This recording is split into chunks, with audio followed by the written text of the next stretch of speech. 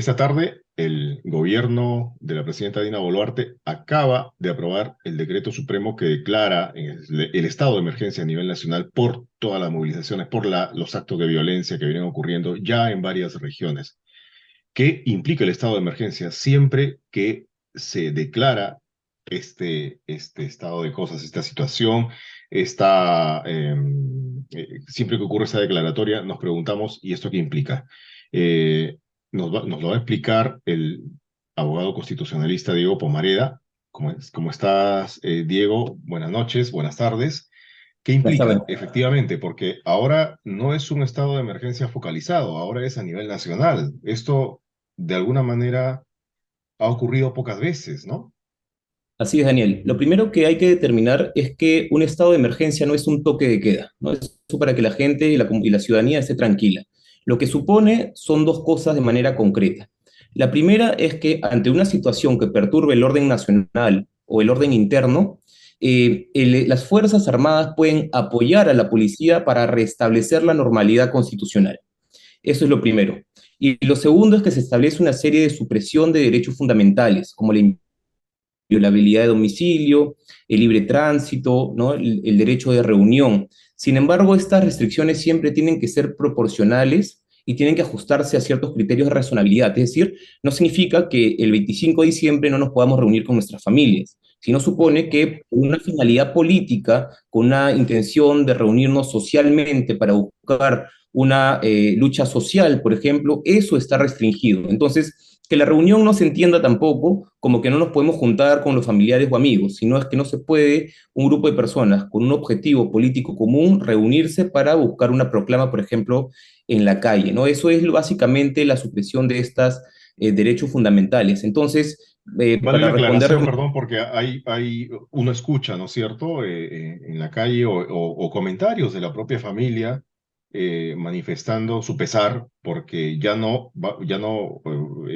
iba a ocurrir la reunión familiar navideña, ¿verdad? Eso entonces, eso no se va a cortar. En los términos que está la norma que ha sido emitida el día de hoy, no. Sin embargo, como se ha dejado la puerta abierta a toques de queda, que es restricciones de la libertad individual en un periodo o en unos horarios en determinados días, eso sí Ujú. podría poner en riesgo. Pero en los términos expuestos al día de hoy solamente se habilitan dos cosas, como te digo, que puedan las Fuerzas Armadas apoyar al orden interno de la policía, y lo segundo es que se puedan suprimir ciertos derechos en función a la coyuntura y cómo se vayan dando las cosas. Eso no quiere decir que en cualquier momento, al día de hoy, un policía puede entrar a nuestras casas, ni que tampoco podemos dejar de aplicar nuestro derecho a la libertad personal. O sea, de manera arbitraria jamás.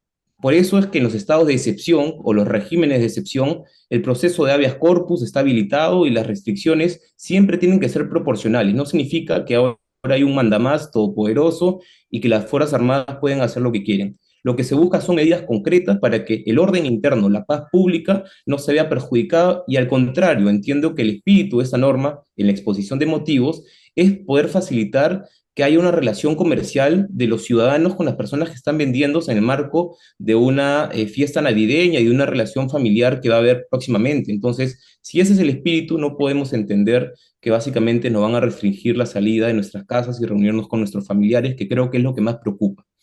Ahora, si Cuando me el permite. decreto supremo y normas anteriores, perdona la interrupción, han dispuesto que a partir de ahora se suspenden derechos constitucionales. ¿Cuáles son esos derechos que específicamente se quedan suspendidos durante este proceso Sí, que dura 30 días? el artículo 137 es muy claro. Solamente por cuatro derechos fundamentales pueden ser, digamos, suspendidos en este periodo. El primero es la inviolabilidad de domicilio. ¿Qué quiere decir eso? Que frente a una situación que perturbe la paz, puede el policía o el militar entrar a una propiedad privada, ¿no? Eso es lo primero. Lo segundo es que si tú estás transitando en una zona que está prohibida, por ejemplo, digamos, la avenida Bancay, ¿no? Cerca del Congreso, en esa zona no se puede hacer una manifestación pública porque hay, por ejemplo, riesgos de que hayan desmanes, y se establece esa disposición. Entonces nadie puede transitar por esa zona, ¿no? Eso no quiere decir que tú no puedas ir a comprar el pan. Y lo tercero, o el otro derecho, son las libertades personales, ¿no? Pero nuevamente, eso tiene que estar bien delimitado, no significa que no podamos salir. Entonces, son derechos fundamentales claramente establecidos, ¿no? La libertad de tránsito, la inviolabilidad de domicilio, el derecho de reunión con finalidades políticas, como te menciono, o sea, que por ejemplo nos juntemos todo un colectivo en un estadio para tener la intención de protestar frente al Palacio de Gobierno. Eso también está suspendido por el momento, en estos 30 días. Y si, Básicamente, sí. sí. Y si rigiera un toque de queda, por ejemplo, salvo que se suspenda en los días de la noche navideña y de Año Nuevo, pero si rigiera permanentemente, entonces, ¿qué pasa si regresamos de madrugada, ¿no es cierto?, de visitar a nuestros familiares, porque eso hace la gran mayoría de peruanos y en el mundo en estas fechas. ¿Qué ocurre allí?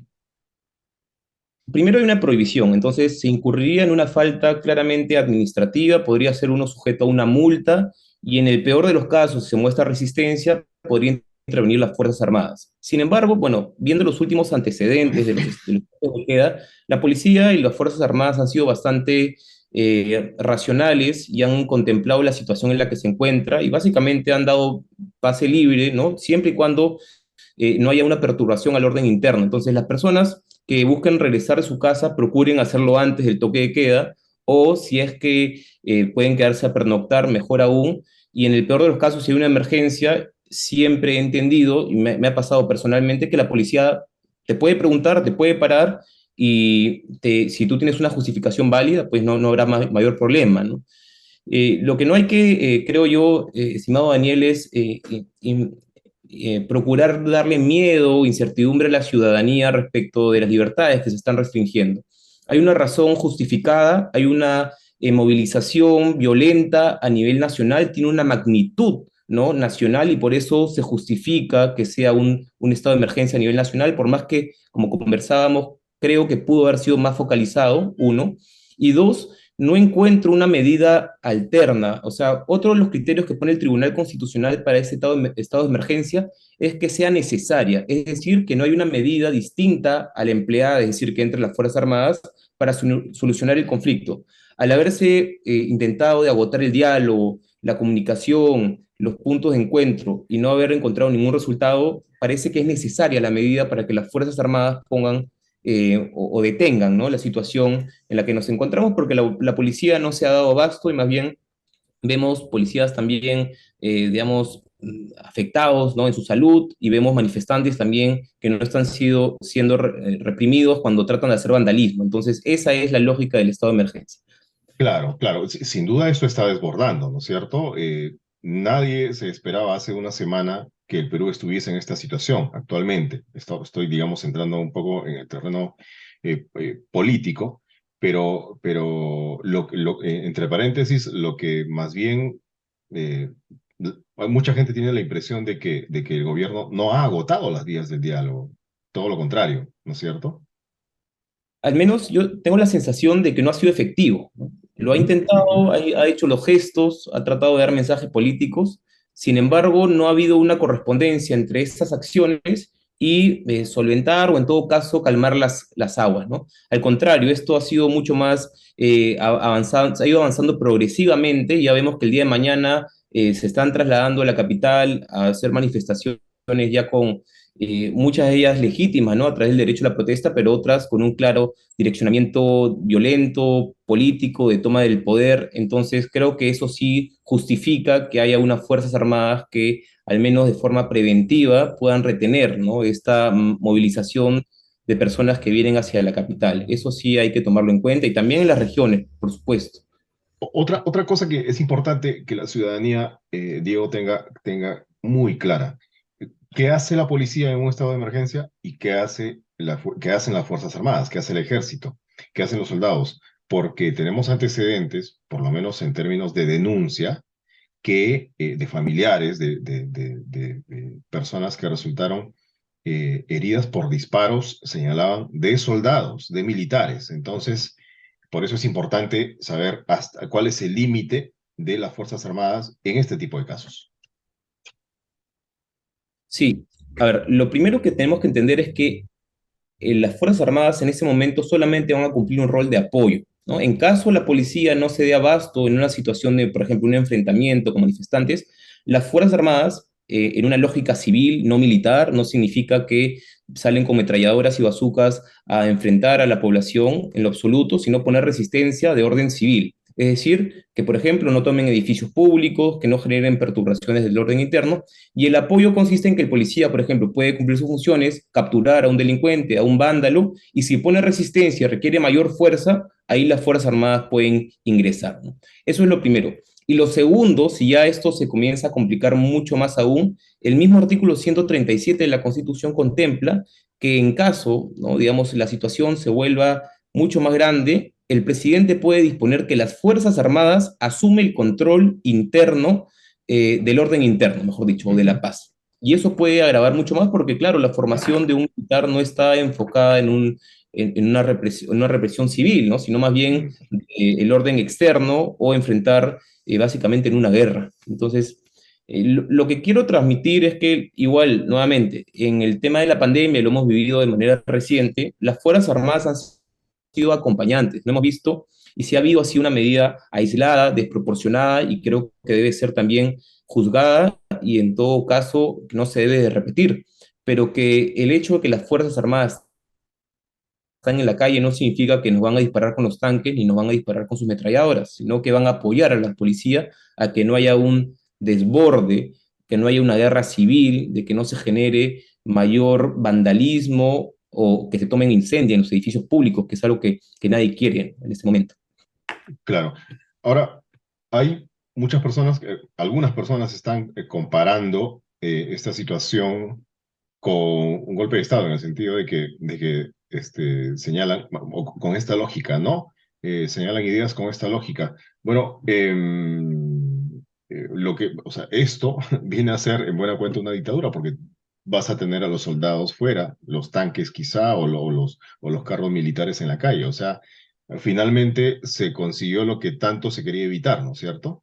Yo sé que no es comparable legalmente, pero de todas maneras hay digamos, es inevitable hacer este tipo de comparación de ideas desde la ciudadanía, ¿verdad? Entiendo por qué se dice eso, sin embargo, creo que hay que desmitificar esta idea. ¿Y por qué digo lo Claro, siguiente? Para aprobar un estado de emergencia, primero está regulado en la Constitución, o sea, hay un marco normativo, no uno, hay ningún democrático, rompimiento del orden constitucional. así es, lo primero. Lo segundo es que todas las fuerzas políticas están apoyando a la persona y al Consejo de Ministros que están básicamente, excepto el grupo opositor que arguye que tiene un preso político como Pedro Castillo. Entonces, ¿qué quiere decir eso? Que hay una legitimidad de las fuerzas políticas y también social, porque finalmente una minoría no puede supeditar a una mayoría, ¿no? En este caso, un grupo de personas de protestantes o incluso también personas que buscan interrumpir la paz social no pueden condicionar a las mayorías, a la ciudadanía en general. Entonces, no hay un rompimiento, no hay una ruptura del orden constitucional, y lo segundo, hay una legitimidad dentro de la decisión. Creo que es incuestionable al día de hoy, más allá de pequeños detalles como la focalización, que se requiere en nuestro país prevenir más muertes, prevenir que los edificios públicos puedan ser tomados y que hay un estado de barbarie. Creo que eso hay un consenso, al menos en la mayoría del país, de que debe de parar. Entonces, no creería que estamos en una situación, digamos, dictatorial, sino más bien se están cumpliendo las situaciones de anormalidad constitucional que prevé la Constitución. Es decir, cuando hay una situación de esta naturaleza, se aplica un régimen de excepción, como también lo hubo cuando se desarrolló la pandemia, ¿no? Estamos en una situación inédita, por cierto, y se tuvo que establecer ciertas medidas que restringieron o limitaron derechos, pero respondían a una razón justificada. Y eso no quiere decir que estemos en una situación de una dictadura, ni menos, digamos, en una situación de un autoritarismo. Además, el Congreso tiene un rol de hacer un control político sobre esta norma. Entonces, no hay una monopolización del poder en una persona y tampoco hay una decisión básicamente arbitraria. Ese es mi punto de vista, por eso no creo que estaríamos en una situación como la que describes. Diego Pomareda, te agradezco muchísimo por habernos ilustrado acerca de lo que significa el estado de emergencia decretado esta tarde por el gobierno y el temor que no debe agobiar a la ciudadanía, porque de todas maneras hay derechos que prevalecen y es muy importante que lo hayas explicado de esa forma. Muchísimas Encantado. gracias. Gusto, cuando Hasta la guste. próxima. Luego. Gracias.